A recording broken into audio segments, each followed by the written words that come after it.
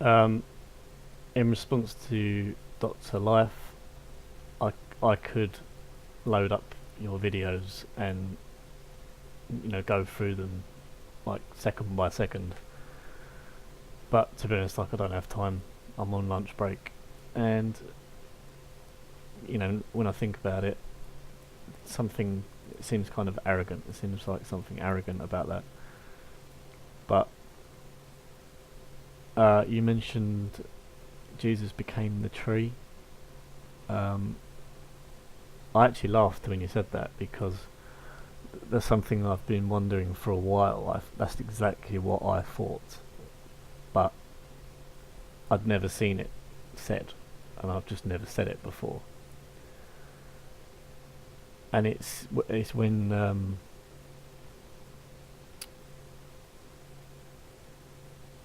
I don't know if it actually says it in the Bible when he's addressing the disciples and telling them about um, I come to bring you a sword. He's eating the pomegranate.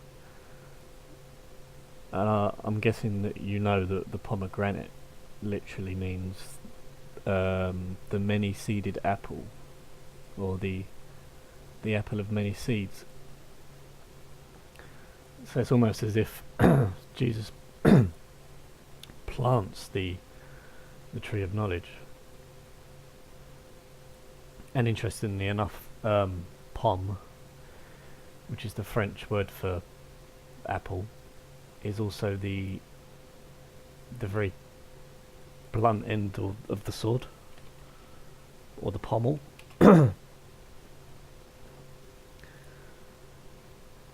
So it would seem that there is something with the whole sword and the apple. He said, "I came to bring you a sword," but that's just food for thought, I guess. The point of this video is that I have to admit that I've been wrong on many things, and I still am wrong on many things. It's not really my prerogative to prove myself to Agatha, although she just interrogates everyone on everything. So I say to her, all the answers have been given, but they just don't want to hear it. And Damien as well, he doesn't realise that he's being taken for a fool. Damien's being taken for a complete fool, and I don't know what else to say about that, but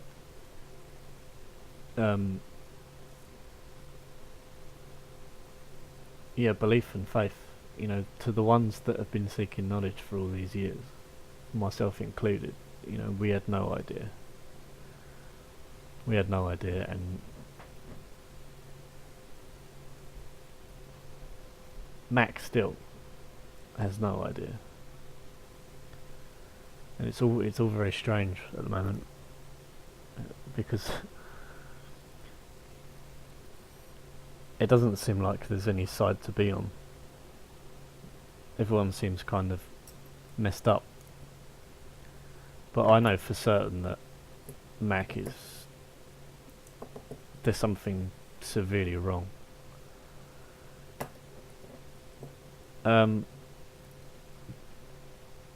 But the point, all of you people that you ask all these questions all the time, and you're told, I don't know why you come to me when I say that I am trying to be humble. You come to me and you question, and I say go to the Bible, and then you say, well, that's not an answer. Well, are you expecting a sign or a wonder?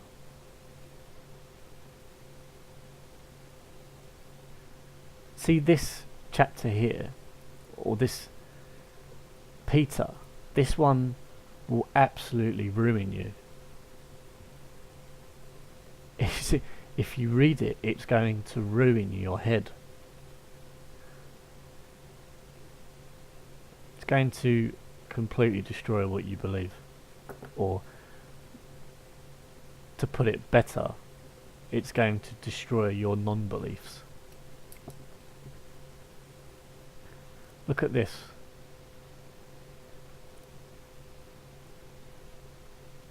And it's still messing me up since I've read it.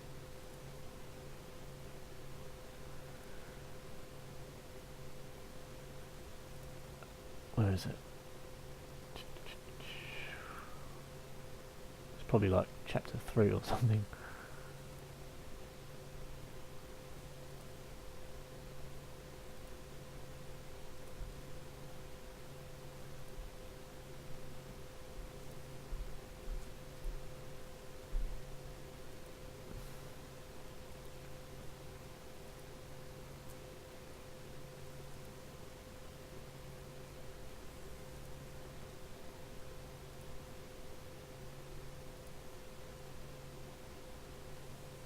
I mean, this is something none of us do this. None of us. And it's very hard when there's nothing but interrogations left, right and centre.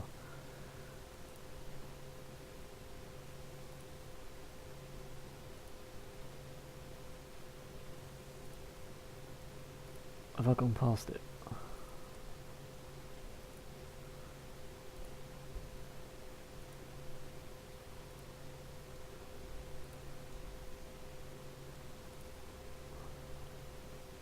Here we go. Submit yourselves for the Lord's sake to every human authority, whether to the emperor as the supreme authority. In other translations it uses king instead of emperor, but or to governors who are sent by him to punish those who do wrong and to commend those who do right. For it is God's will that by doing good you should silence the ignorant talk of foolish people. Live as free people, but do not use your freedom as a cover-up for evil. Live as God's slaves. Show proper respect to everyone. Love the family of believers. Fear God. Honour the emperor.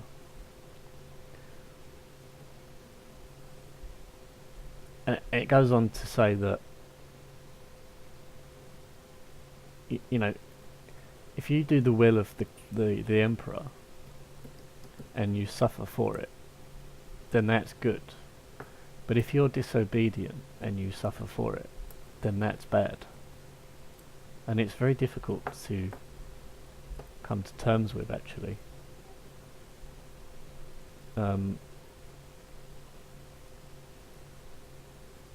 you know, it does remind me of the scene, or the part where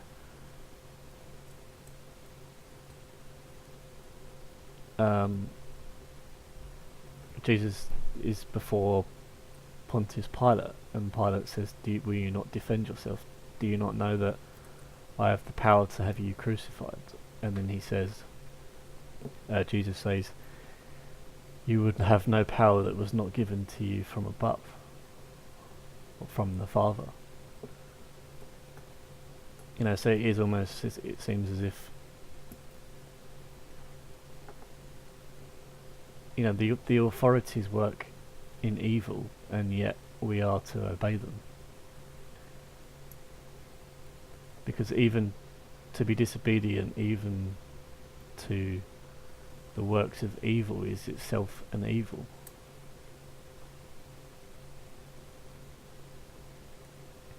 And I will continue to go against what I call Gnosticism, because actually I think that this might be tied up in all of that, because they're the ones that rebel, aren't they? And they're not even of the same vein as emperors and kings. They're like,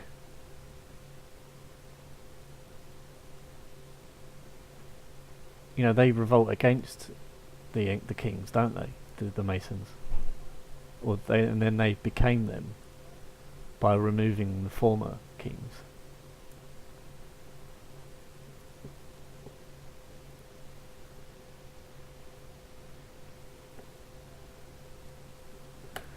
You know, but all of this says as well that you shouldn't